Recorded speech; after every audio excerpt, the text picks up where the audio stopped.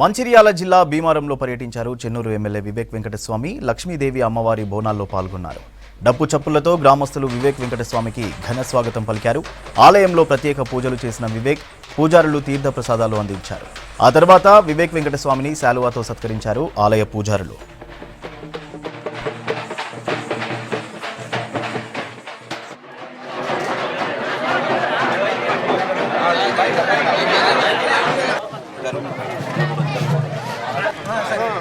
కొద్దిగా గిట్టు ఉండరా